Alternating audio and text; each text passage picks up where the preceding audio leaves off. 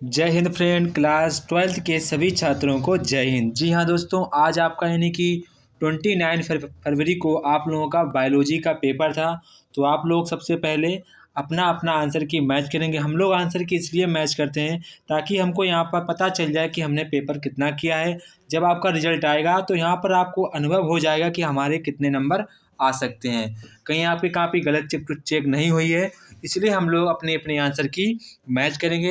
यहाँ पर सबसे इम्पॉर्टेंट बात है कि आप लोग अपना अपना सेट कोड मैच कर ही आंसर की देखेंगे, ठीक है। अगर वीडियो पर नए हो तो वीडियो को जल्द से जल्द कर लें फॉलो। इसके बाद अपने सभी फ्रेंडों को शेयर भी कर दें। तो यहाँ पर सबसे पहले आपको परीक्षा में MCQ देखने को मिले होंगे। जैसा कि यहाँ पर हमारा सबसे पहला ही प्रश्न कह रहा है कि पुष्पों में कौन सा अंग स्त्री मादा अंग का प्रतिनिधित्व करता है। तो यहाँ पर हमारा इसका सही जवाब क्या होगा, जायांग हमारा इसका सही जवाब होगा। इसके बाद यहाँ पर हमारा क्वेश्चन नंबर खा है। तो क्वेश्चन नंबर खा कह रहा है पुरुष तंत्र में कितने वृषण पाए जाते हैं। तो यहाँ पर कितने वृषण पाए जाते हैं, यहाँ पर हमारे एक जोड़ा वृषण पाए जाते हैं, यानी कि हमारा ऑप्शन नंबर सेकेंड वाला सही जवाब होगा। इसके बाद यहाँ पर हमारा क्वेश्चन नंबर गा है। तो क्वेश्चन नंबर गा कह रहा है MRI संकेताक्षर का पूर्ण रूप है, मतलब कि इसका MRI का फुल फॉर्म क्या होता है। MRI का फुल फॉर्म, तो यहाँ पर हमारा इसका MRI का फुल फॉर्म क्या होता है, यहाँ पर हमारा होगा मैग्नेटिक रिजोनेंस इमेजिंग, यानी कि हमारा ऑप्शन नंबर बी वाला सही होगा। इसके बाद यहाँ पर हमारा ऑप्शन घ आता है। तो यहाँ पर ऑप्शन घ कह रहा है दात्र कोश का अरक्ता रोग किस प्रकार से उत्परिवर्तन का उदाहरण है। तो यहाँ पर हमारा इसका सही जवाब क्या होगा, बिंदु उत्परिवर्तन, यानी कि हमारा ऑप्शन नंबर ए वाला इसका सही जवाब होगा।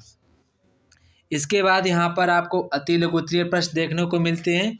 तो यहाँ पर आप अति लघुत्तरीय प्रश्न देखेंगे, डाउन सिंड्रोम विकार गुणसूत्र के किस जोड़े का असामान्य कारण होता है। तो आप यहाँ पर क्या लिखेंगे, जो क्रोमोसोम 21 की तीसरी प्रतिलिपि गुणसूत्र के कारण होता है। कितने, 21 की तीसरी प्रतिलिपि गुणसूत्र के कारण होता है। इसके बाद यहाँ पर कह रहा है कि स्त्रियों द्वारा उपयोग किए जाने वाले एक गर्भ निरोधक का नाम लिखिए। तो यहाँ पर आप क्या लिखेंगे, IVD एंड कॉपर टी, क्या लिखेंगे, IVD या कॉपर टी आप यहाँ पर लिख सकते हैं। इसके बाद यहाँ पर कह रहा है कि RNA में कौन सी शर्करा उपस्थित होती है। तो आप क्या लिखेंगे, राइबोज शर्करा उपस्थित होती है। कौन सी शर्करा उपस्थित होती है, राइबोज शर्करा यहाँ पर उपस्थित होती है। इसके बाद यहाँ पर हमारा क्वेश्चन नंबर है घा। तो क्वेश्चन नंबर घा कह रहा है कि नर युग्मकोद्भिद का विकास पुष्प के किस अंग में होता है। तो आप क्या लिखेंगे, पुमंग, क्या लिखेंगे, पुमंग, या आप लिख सकते हैं पुमकेश्वर, यानी कि पुमकेश्वर आप भी यहाँ पर लिख सकते हैं। इसके बाद यहाँ पर कह रहा है नर जनन कोश का किस प्रकार के विभाजन के पश्चात शुक्राणुओं का निर्माण करती हैं। तो आप क्या लिखेंगे, अर्धसूत्री विभाजन, क्या लिखेंगे, अर्धसूत्री विभाजन यहाँ पर आपको यहाँ पर लिखना होगा। इसके बाद यहाँ पर आपको लिखना था पीयूष ग्रंथि के दो कार्य। तो आप लिखेंगे पीयूष ग्रंथि पूरे शरीर को कंट्रोल करती है, ये हमारे मस्तिष्क के विकास में भी सहायक करती है। आप कई प्रकार के यहाँ पॉइंट लिख सकते हैं। इसके बाद यहाँ पर कह रहा पर निषेचन को परिभाषित कीजिए। जो निषेचन स्व न करके दूसरों पर दूसरे मादा या नर से होता है तो उसको हम लोग क्या कहते हैं, पर निषेचन कहते हैं। इसके बाद यहाँ पर गा वाला कह रहा है अनिषेक जनित फल क्या है, इसका आपको यहाँ पर एग्जाम्पल भी लिखना है। इसके बाद घा कह रहा है उन्नायक के किन्हीं दो कार्यों का वर्णन कीजिए। इसके बाद इंग्या मानव में किन्हीं दो लिंग सहलंग रोगों के नाम लिखिए। तो यहाँ पर जैसे कि यहाँ पर कह रहा है कि उन्नायक के किन्हीं दो कार्यों का आपको यहाँ पर वो लिखना होगा। जैसे कि यहाँ पर हमारा गा वाला प्रश्न कह रहा है अनिषेक जनित फल क्या है, इसकी आपको यहाँ पर एग्जाम्पल लिखनी। तो आप लिख सकते हैं अंगूर, क्या लिख सकते हैं, अंगूर लिख सकते हैं, आप संतरे लिख सकते हैं, आप नींबू लिख सकते हैं, आप इनमें से कोई भी लिख सकते हैं। इसके बाद यहाँ पर हमारा इंग्या पार्ट है मानव में किन्हीं दो लिंग सहलिंग रोगों के नाम लिखने हैं। तो आप लिखेंगे हीमोफीलिया, क्या लिखेंगे, हीमोफीलिया। इसके बाद आप लोग लिख सकते हैं वर्णांता लिख सकते हैं, वर्णांता लिख सकते हैं। तो ये आपको यहाँ पर आप दो में से कोई एक, दो जो लिखने तो आप दो यहाँ पर लिख सकते हैं। इसके बाद यहाँ पर हमारे अति लघुत्तरीय प्रश्न आते हैं। तो आप लोग को यहाँ पर अति लघुत्तरीय जो प्रश्न है आपको हेडिंग डालकर लिखने। कैसे लिखने हैं? आप विदाउट हेडिंग नहीं लिखेंगे, आप हेडिंग का ही इस्तेमाल करेंगे। इसके बाद आप कोई भी क्वेश्चन ऐसे कि हमारा हेडिंग डालकर लिखते हैं तो आपको जो कॉपी चेक कर रहा है वो काफ़ी इंप्रेशन हो जाता है। आप ये बात अगले पेपर के लिए ध्यान रखेंगे तो आपको कहीं ना कहीं अधिक नंबर बढ़े हुए मिलेंगे। तो यहाँ पर जैसे कि हमारा पहला प्रश्न है, मानव में कैंसर रोग के कारण का उल्लेख कीजिए। खा कह रहा है एलर्जी के उदाहरणों से समझाइए। इसके बाद गा कह रहा BOD संकेताक्षर का पूर्ण रूप लिखते हुए इस पर टिप्पणी कीजिए। इसके बाद घा यहाँ पर कह रहा है उत्पादकता पर टिप्पणी कीजिए। इसके बाद यहाँ क्वेश्चन नंबर 5 है। तो क्वेश्चन नंबर 5 यहाँ पर कह रहा है न्यूक्लियोटाइड के विभिन्न घटकों का संक्षेप में वर्णन कीजिए। खा कह रहा है संक्रामक रोगों पर टिप्पणी कीजिए।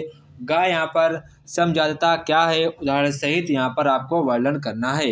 इसके बाद घा यहाँ पर है अंतःगर्भाशय निषेचन या मतलब कि अंतःगर्भाशय वीर सेचन तकनीक से आप क्या समझते हैं। तो आप इतनी पहले हेडिंग डालेंगे, फिर उसके बारे में लिखेंगे, फिर आप हेडिंग क्या डालेंगे उपयोग, फिर आप उपयोग के बारे में लिखेंगे। इसके बाद यहाँ पर क्वेश्चन नंबर 6 का कह रहा है वंशागति के क्रोमोसोम का सिद्धांत का वर्णन कीजिए। तो आप इतनी हेडिंग डालेंगे वंशागति के क्रोमोसोम सिद्धांत, आप इतनी हेडिंग डालेंगे, फिर उसके बाद आप लिखना चालू करेंगे। तो आपको एग्जाम में पूरे नंबर देगा अगर आप हेडिंग डालकर लिखते हैं। इसके बाद यहाँ पर हमारा खा पार्ट है, मानव कल्याण में जैव प्रौद्योगिकी का महत्व का वर्णन कीजिए। इसके बाद गा कह रहा है जैव विविधता के सह विलुप्तता कैसे क्षति पहुँचाती है उदाहरण सहित वर्णन कीजिए। इसके बाद घा कह रहा है प्रतिजैविकी के उत्पादन में कवक प्रजातीय के महत्व पर उदाहरण डालकर प्रकाश डालिए। तो यहाँ पर आप ये सभी क्वेश्चन आपको हेडिंग डालकर करने थे। कैसे करने थे? आप हेडिंग का यूज करेंगे, इसके बाद आप कर देंगे। इसके बाद यहाँ पर क्वेश्चन नंबर हमारा है 7, एक पारिस्थितिक तंत्र में ऊर्जा प्रवाह का सचित्र वर्णन करना है। इसके बाद अथवा में कह रहा है पारितंत्र के विभिन्न घटकों का वर्णन कीजिए। इसके बाद क्वेश्चन नंबर 8, क्रोमोसोमीय विपथन से आप क्या समझते हैं, किन्हीं दो व्युत्पन्न का वर्णन करना है। अथवा में यहाँ पर कह रहा है हार्डी वेनबर्ग सिद्धांत आपको यहाँ पर लिखना है।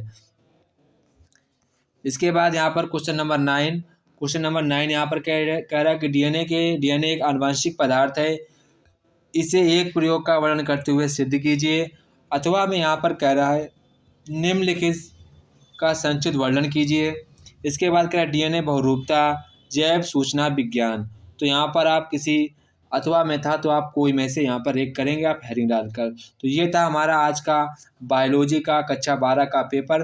तो आप लोग अपने अपने पेपर को जल्द से जल्द मैच कर लेंगे और अपने सभी फ्रेंडों को शेयर करें। अगर वीडियो पर नए हैं तो वीडियो को जल्द से जल्द करें सब्सक्राइब और अपने सभी फ्रेंडों को शेयर कर दें। जय हिंद दोस्तों, फिर मिलते हैं नेक्स्ट वीडियो में। तब तक कि आपको सभी लोगों को जय हिंद।